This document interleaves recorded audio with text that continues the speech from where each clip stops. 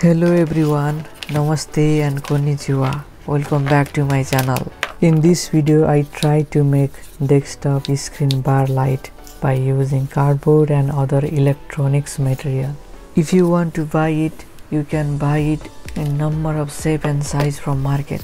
But if you do it on your own, you can make it on cheap of cost and it will be creative work for you.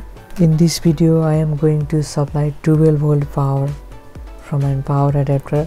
The controller allows you to select the brightness you want by applying variable voltage. I recommend you to try this at your home. So without any delay, let's make it. Please watch the video till the end. Let's make it on our own.